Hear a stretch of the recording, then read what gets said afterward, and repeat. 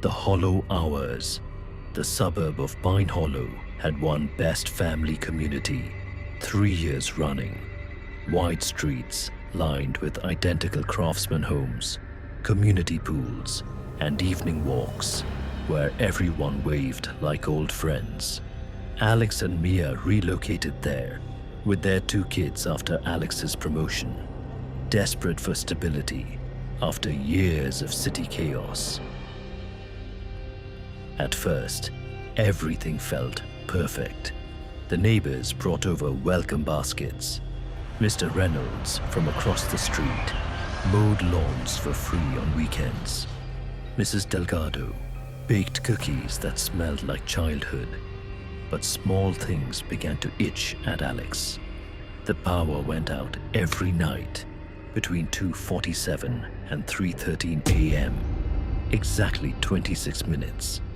No storms, no explanation from the utility company. During those blackouts, the neighborhood was never truly silent. There were soft scraping sounds, like furniture being dragged across floors, and distant wet coughing. Mia laughed it off. Old houses settle. But their daughter Lily started sleeping in their bed, whispering that the quiet people watched her from the backyard fence. One night, Alex found tiny barefoot prints in the dew on their deck, prints leading from the fence to Lily's window and back, even though the security cameras showed nothing. Alex began walking the neighborhood at night. He noticed patterns. Certain houses had lights that never turned off in the upper windows, faint silhouettes standing perfectly still. The next morning, those same neighbors looked exhausted, with dark circles and forced smiles. Mrs. Delgado's cookies started tasting metallic. He researched the area. 20 years earlier, a cult-like wellness group called the Hollow Circle had operated out of Pine Hollow. They believed in trading hours, sacrificing small slices of life to something they called the neighbor. The group dissolved after a mass disappearance, but no bodies were ever found. One blackout night, Alex stayed awake. At 2:47, the power died. He heard the front door unlock by itself. Footsteps, many of them, moved through the hallway. He grabbed a baseball bat and crept downstairs. In the living room stood his entire family, but they weren't moving right. Their heads tilted at unnatural angles, mouths open too wide. They spoke in perfect unison. We loaned the hours. It's your turn to pay interest. Alex swung the bat. It connected with Mia's shoulder, but instead of blood, fine gray dust poured out. Her skin split like dry paper, revealing something hollow and threaded with pulsing black veins underneath. The thing wearing Mia smiled with her face and said, We keep the neighborhood perfect. No one argues. No one leaves. We just borrow a little time every night. He ran upstairs. Lily's room was empty, except for her skin, neatly folded on the bed like discarded clothes. Inside the hollow shell, something with too many joints was trying to stretch into her shape. Alex vomited and fled into the street. The entire neighborhood was outside in the darkness. Dozens of people stood in perfect rows, heads bowed. From every open doorway came the sound of wet rearrangement, bones cracking, flesh stretching. Streetlights flickered back on at 3:13, revealing smiling neighbors, waving as if nothing happened. Alex tried to drive out the next morning. The car wouldn't start. Neighbors helped fix it, but their hands left grey dust on the hood. That night, during the hollow hours, they came for him. They didn't kill him. They peeled him carefully, wearing his face in shifts, while the real Alex hung in a hidden basement room beneath Mr. Reynolds' house, watching his own body live his life, kissing Mia, tucking in the new Lily, waving to neighbors. Every night, for the rest of his very long existence, he listened to the sounds of the neighborhood staying perfect. The borrowed hours accumulated interest, and the neighbor was always hungry for more. 2. The repeating block. Maple Grove was a loop of 24 identical houses arranged in a perfect circle around a central park. Developers called it efficient neighborhood design. No dead ends, no outsiders passing through. You drove in and eventually drove out the same way. Jenna moved there alone after losing her sister to suicide. She wanted quiet, anonymity. The first week she met everyone. They were friendly in that scripted way. Same jokes, same questions about her job as a graphic designer. But every Sunday at exactly 6 p.m., the entire block held a potluck in the park. Attendance was mandatory in a polite, smiling way. During the third potluck, Jenna noticed the food tasted the same, no matter who cooked it. The conversations repeated verbatim from the previous week. When she pointed it out, everyone laughed too loudly and said, "That's just Maple Grove charm." She started recording the events on her phone. Watching them back, she saw impossible details. The same fly landed on the same potato salad every week. A child's red balloon floated in the exact same wind pattern. And in the background, reflections of windows, something tall and thin with too many elbows, watched from the tree line. Jenna's nightmares began.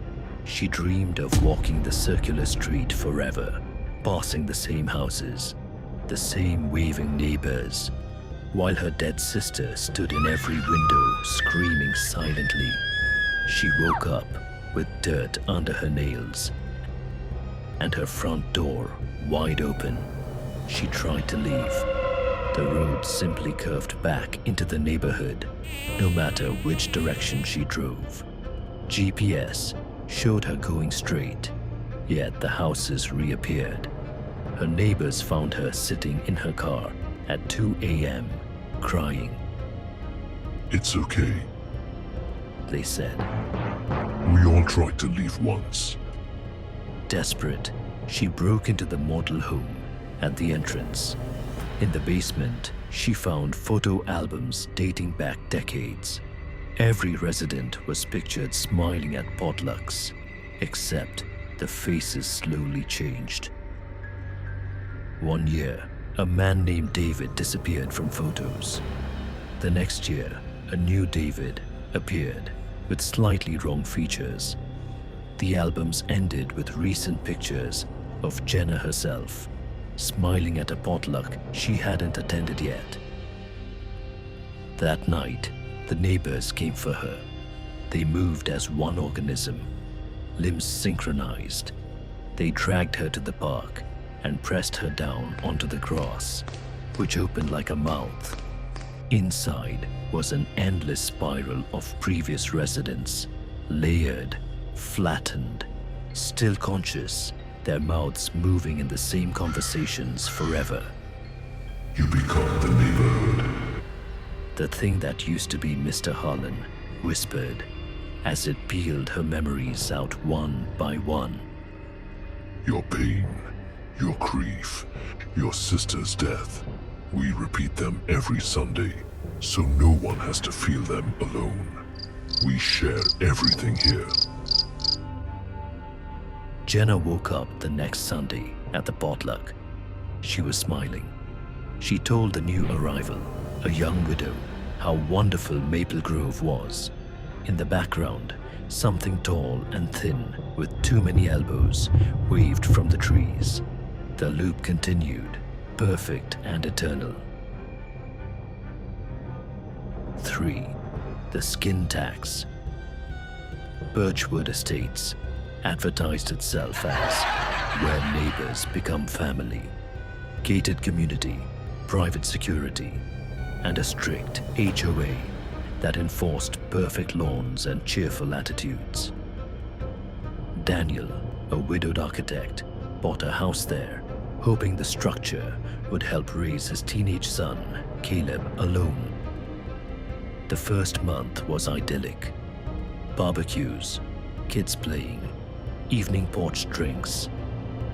But Daniel noticed that every new homeowner had to attend an orientation with the HOA president, Mrs. Whitaker.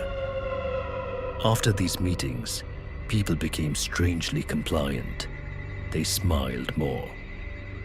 They stopped complaining about anything. Caleb started changing first. He grew quieter, obsessively neat. One night, Daniel caught him in the bathroom, staring at his own reflection, gently pulling at the skin on his cheeks as if testing its elasticity. It has to fit right. Caleb mumbled. Daniel began investigating.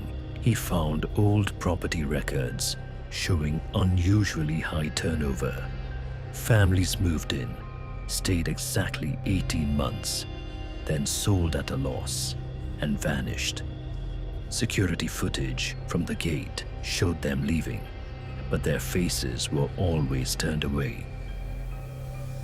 He broke into Mrs. Whitaker's house during a community event. The basement was a workshop of horror.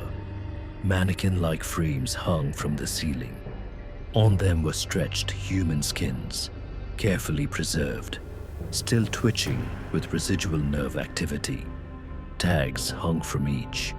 Names, move-in dates, and tax-paid stamps. Mrs. Whitaker found him. She was calm, grandmotherly. It's the skin tax, dear. The land here is old. The soil demands tribute to keep everything beautiful. We pay in pieces. First memories, then personality, finally the outer shell. In return, the neighborhood stays flawless. No crime, no ugliness, no aging.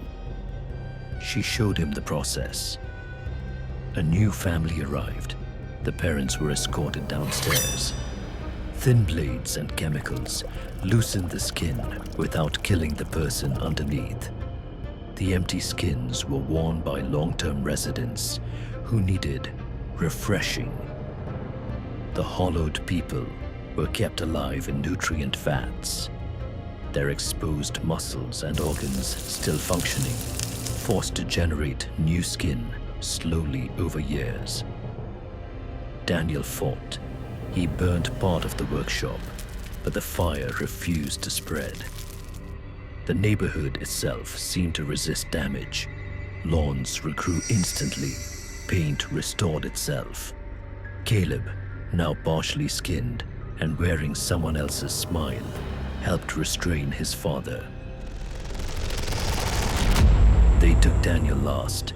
He felt every inch as they peeled him. The cold air on raw flesh, the unbearable exposure. His skin was stretched over Mrs. Whitaker's frame. She wore it to the next barbecue, waving with Daniel's hand, speaking with his voice. Caleb lived in their house with a new father, a smiling thing wearing Daniel's skin. Every evening, they sat on the porch, waving to neighbors who waved back with borrowed faces. Beneath the perfect lawns, the soil drank deeply and stayed satisfied. The skin tax was always due. New families arrived every season.